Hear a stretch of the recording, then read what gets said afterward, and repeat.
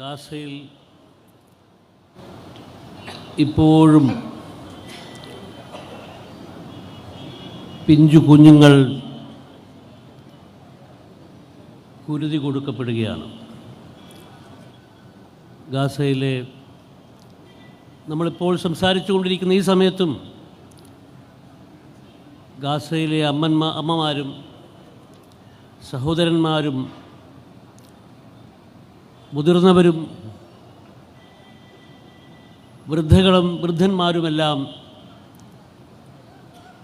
ഭക്ഷണം കിട്ടാതെ ഭക്ഷണത്തിന് വേണ്ടി ക്യൂ നിൽക്കുമ്പോൾ ഏത് നിമിഷവും കൊല്ലപ്പെടാം എന്ന അതിഭീകരമായ ഒരു തിരിച്ചറിവിൻ്റെ പിടിയിലമർന്നു നിൽക്കുന്ന സമയത്താണ് നമ്മൾ ഇവിടെ കൂടി പ്രഖ്യാപിക്കുന്നത്, ഇല്ല, ഗസയെ ഞങ്ങൾ കൈവിടില്ല, ഗസയെ നമ്മൾ പിടിച്ചുയർത്തും, ഗസയ്ക്കൊപ്പം ലോകമുണ്ടാവും.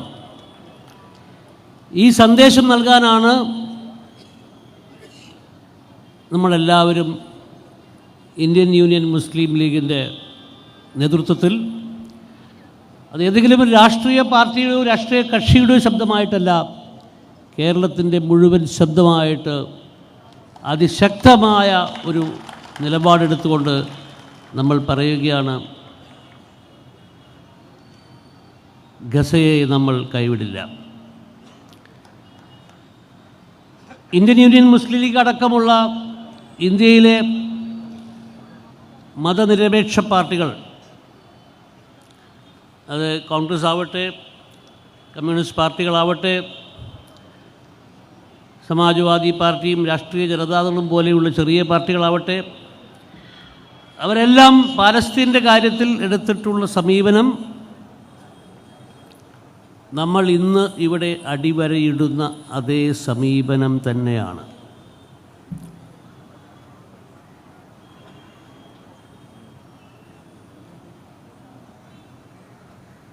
കഴിഞ്ഞ ദിവസമാണ്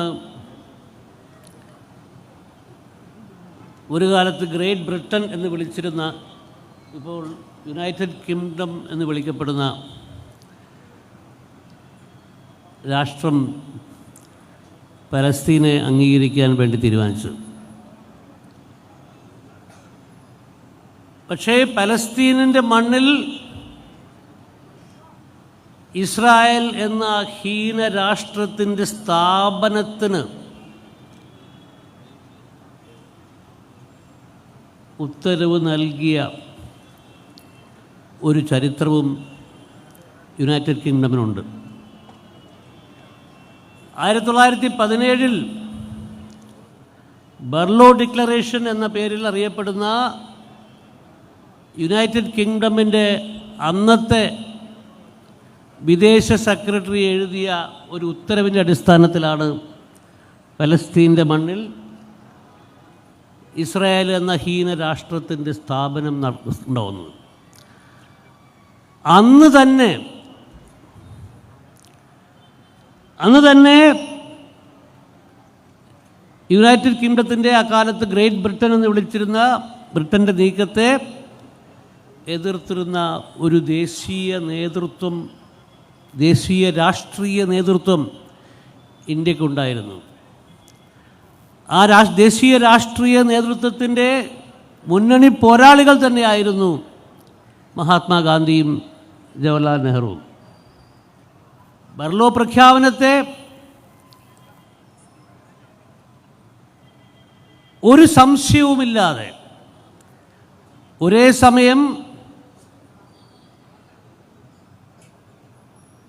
ജൂതന്മാർക്ക് അവരുടേതായ അവകാശങ്ങളുണ്ട് എന്ന് പറയുമ്പോൾ തന്നെ ബർലോ പ്രഖ്യാപനത്തെ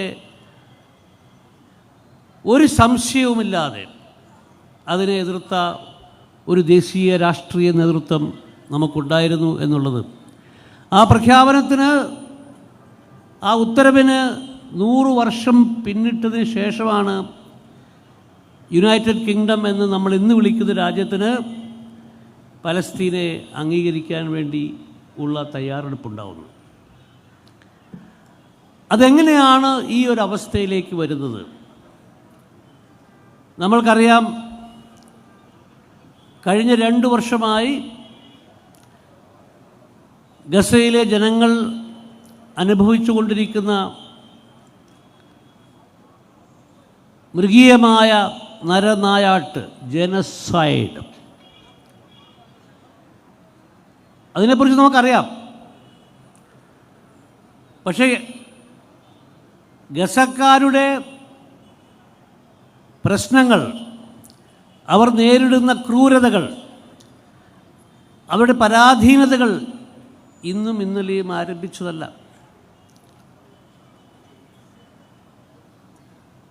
ഇസ്രായേൽ എന്ന രാഷ്ട്രത്തിന് ആ മണ്ണിൽ ഇടം കൊടുത്തത് മുതൽ, അതിൻ്റെ സ്ഥാപനമുണ്ടായ കാലം മുതൽ ഈ രീതിയിലുള്ള മനുഷ്യാവകാശ ധ്വംസനങ്ങൾ ആ പ്രദേശത്ത് പലസ്തീനിലും ഗസയിലുമായി നടന്നുകൊണ്ടേയിരിക്കുന്നു. ഇപ്പോൾ അതിൻ്റെ തീവ്രത വർദ്ധിച്ചിരിക്കുന്നു. ഇപ്പോൾ അതിൻ്റെ സംഘടിതമായ കടന്നാക്രമണത്തിൻ്റെ കുന്തമുനയ്ക്ക് കൂടുതൽ മൂർച്ച വന്നതായി നമുക്ക് അനുഭവപ്പെടുന്നു. പക്ഷേ ഇത്തരം അനുഭവങ്ങളിലൂടെ നമ്മൾ കടന്നു പോകുമ്പോൾ നമ്മൾ ചരിത്രത്തിലേക്ക് കൂടി ഒന്ന് പോകാനുണ്ട്.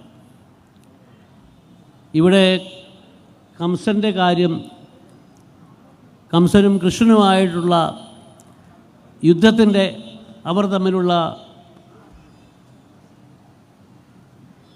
സമരത്തിൻ്റെ, അവർ തമ്മിലുണ്ടായ ദ്വന്ദ്വ സമരങ്ങളുടെ ഒക്കെ കഥകൾ ഇവിടെ പറയപ്പെട്ടു.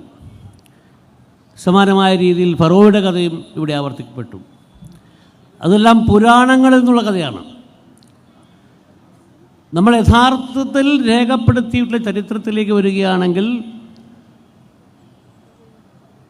1-ാം നൂറ്റാണ്ടിൽ കലിഗുള മുതൽ 20-ാം നൂറ്റാണ്ടിൽ അഡോൾഫ് ഹിറ്റ്ലർ വരെ അവരുടെ അവസാനമടുക്കുമ്പോൾ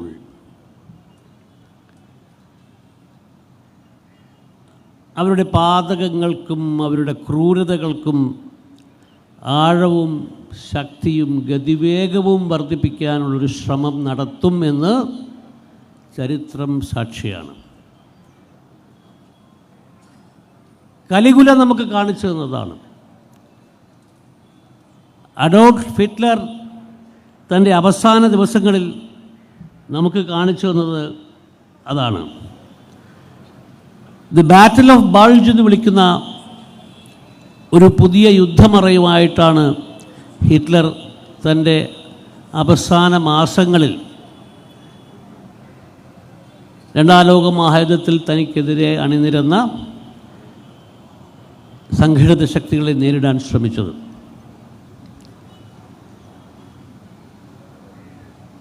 ആയിരത്തി 1940 4 വർഷം മുമ്പ് ഈ ബാറ്റിൽ ഓഫ് ബൾജിൻ്റെ ഈ കാര്യം നടത്തുന്നതിന്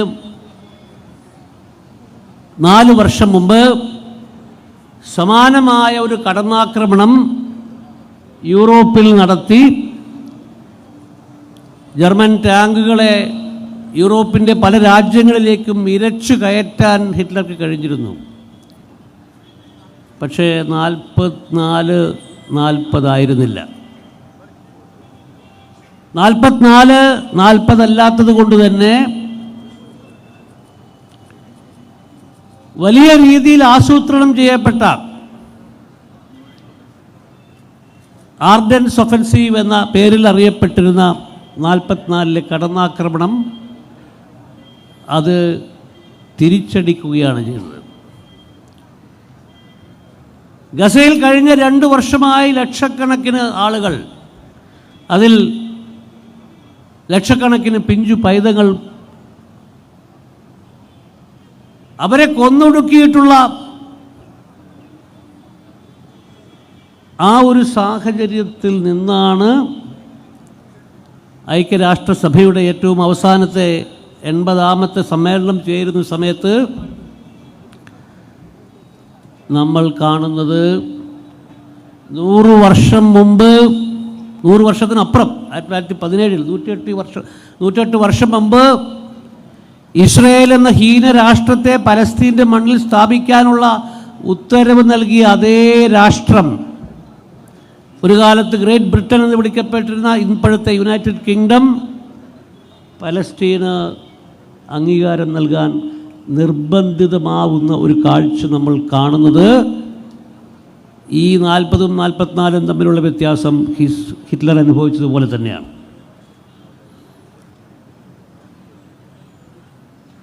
UK മാത്രമല്ല, യുണൈറ്റഡ് കിങ്ഡം മാത്രമല്ല, അവരോടൊപ്പം അണിനിരന്നുകൊണ്ട്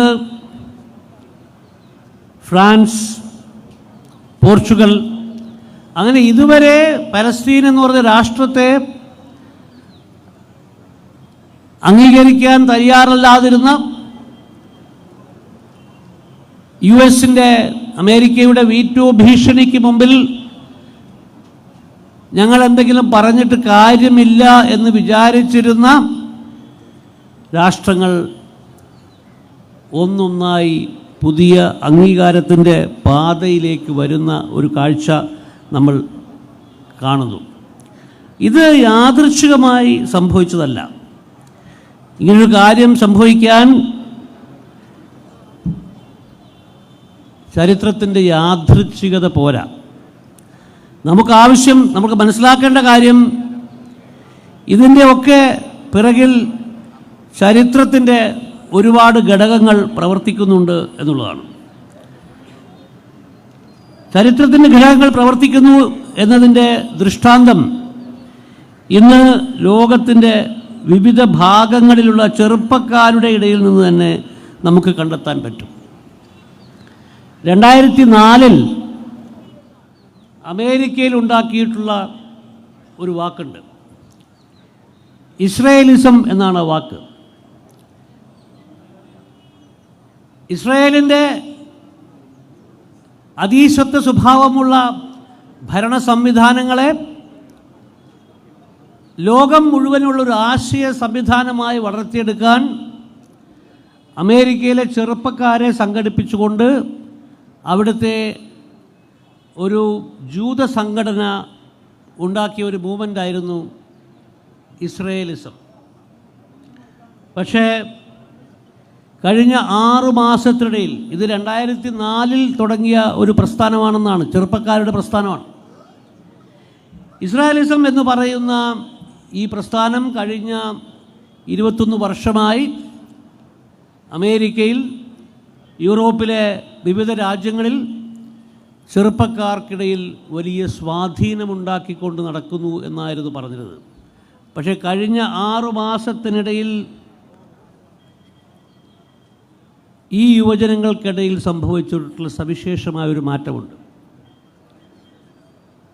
ലോകപ്രശസ്തമായ മാസികയായ ഇക്കോണമിസ്റ്റ്, അവർ സ്ഥിരമായി ലോകത്തിൻ്റെ പല ഭാഗങ്ങളിലും പല തരത്തിലുള്ള സർവേകൾ നടത്തുന്ന ഒരു സംഘടനയാണ്. അവർ YouGov എന്ന് പറയുന്ന ഒരു ഗാലപ്പോൾ സർവേ സംവിധാനവുമായി ബന്ധപ്പെട്ടുകൊണ്ട് അവർ നിരന്തരമായി, നമ്മളിപ്പോൾ സംസാരിച്ചുകൊണ്ടിരിക്കുന്ന സമയത്തും അവർ ഏതെങ്കിലും ഒരു സർവേ നടത്തിക്കൊണ്ടിരിക്കുകയായിരിക്കും ലോകത്തിൻ്റെ ഏതെങ്കിലും ഭാഗത്ത്. എല്ലാ ദിവസവും ഒരു സർവേ, ഏതെങ്കിലും സവിശേഷമായ ഒരു കാര്യത്തെപ്പറ്റി പഠിച്ചുകൊണ്ട് സർവേ ഫലം പുറത്തുവിടുന്ന സംഘടനകളാണ് ഇക്കോണമിസ്റ്റും YouGovഉം. ഈ ഓഗസ്റ്റ് മാസത്തിൽ YouGov നടത്തിയിട്ടുള്ള സർവേയിൽ കണ്ടെത്തിയത്, ജർമ്മനിയിലെ ചെറുപ്പക്കാരിൽ 71% ആൾക്കാർ ഇസ്രായേലിനെ ഒരു റോഗ് സ്റ്റേറ്റായിട്ടാണ് കാണുന്നത്, ഒരു കള്ള രാഷ്ട്രമായിട്ടാണ് കാണുന്നത് എന്നാണ്. ജർമ്മനിയിലെ കാര്യമാണ് പറയുന്നത് കേട്ടോ.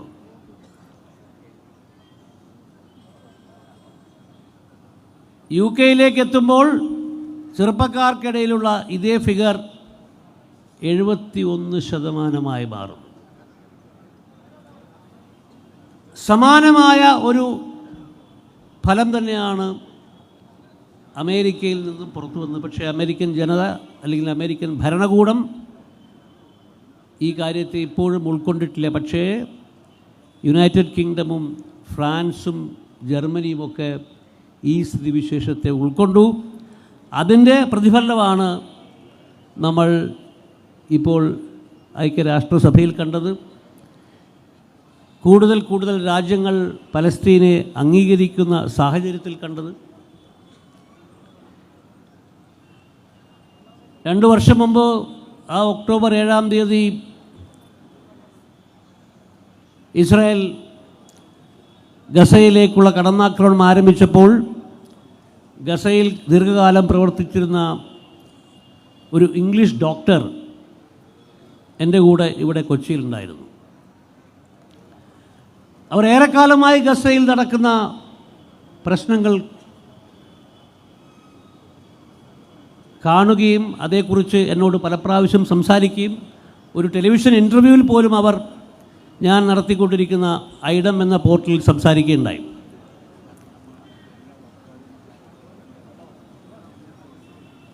അവർക്ക് എന്താണ് ഇനി നടക്കാൻ പോകുന്നത് എന്നതിനെ പറ്റിയിട്ടുള്ള ഒരു സൂചന അന്ന് തന്നെ ഉണ്ടായിരുന്നു. ഇസ്രായേലിൻ്റെ മൃഗീയമായ കടന്നാക്രമണമാണ് നടക്കാൻ പോകുന്നത്. ഈ കടന്നാക്രമണത്തിൻ്റെ ആദ്യ മാസങ്ങളിൽ അവർക്ക് ഗസയിലേക്ക് തിരിച്ചു പോകാനും അവിടുത്തെ വൈദ്യശുശ്രൂഷ നൽകാൻ വേണ്ടി ഒരു പാലിയേറ്റീവ് കെയറിൽ പ്രവർത്തിക്കുന്ന ഒരു ഡോക്ടറാണ്. അവർക്ക് വൈദ്യശുശ്രൂഷകളിൽ പങ്കെടുക്കാൻ വേണ്ടി കുറച്ചു മാസം പറ്റിയെങ്കിലും ഏതാണ്ട് 1 വർഷമായി ഗസയിലേക്കുള്ള പ്രവേശനം അവർക്ക് സാധ്യമായില്ല. പക്ഷേ കഴിഞ്ഞ ദിവസം ഞാൻ സംസാരിക്കുമ്പോൾ ഈ UK-യുടെയും ഫ്രാൻസിൻ്റെയും ഒക്കെ അംഗീകാരത്തിൻ്റെ പശ്ചാത്തലത്തിൽ അവരോട് ഫോണിൽ സംസാരിക്കുമ്പോൾ അവർ പറഞ്ഞു, ചെറുപ്പക്കാരുടെ ഇടയിൽ ലോകമെമ്പാടും നടക്കുന്ന വലിയൊരു മാറ്റം, പലസ്തീൻ അനുകൂലമായി കൊണ്ടിരിക്കുന്ന ഒരു പ്രകമ്പനം, അതാണ് ഈ രാഷ്ട്ര നേതാക്കളെയൊക്കെ മാറ്റി ചിന്തിപ്പിക്കാൻ പ്രേരിപ്പിച്ചിരിക്കുന്നത്. ആ പ്രകമ്പനത്തിൻ്റെ തുടർച്ചയാണ് ഇവിടെ കൊച്ചിയിൽ നമ്മൾ കാണുന്നത്. ആ പ്രകമ്പനത്തെ ഏറ്റെടുത്തുകൊണ്ട് ഒരിക്കൽ കൂടി നമുക്ക് മുദ്രാവാക്യം വിളിക്കാം. Philistine ഹൂറ, free Palestine, Palestine സ്വതന്ത്രമാക്കുക.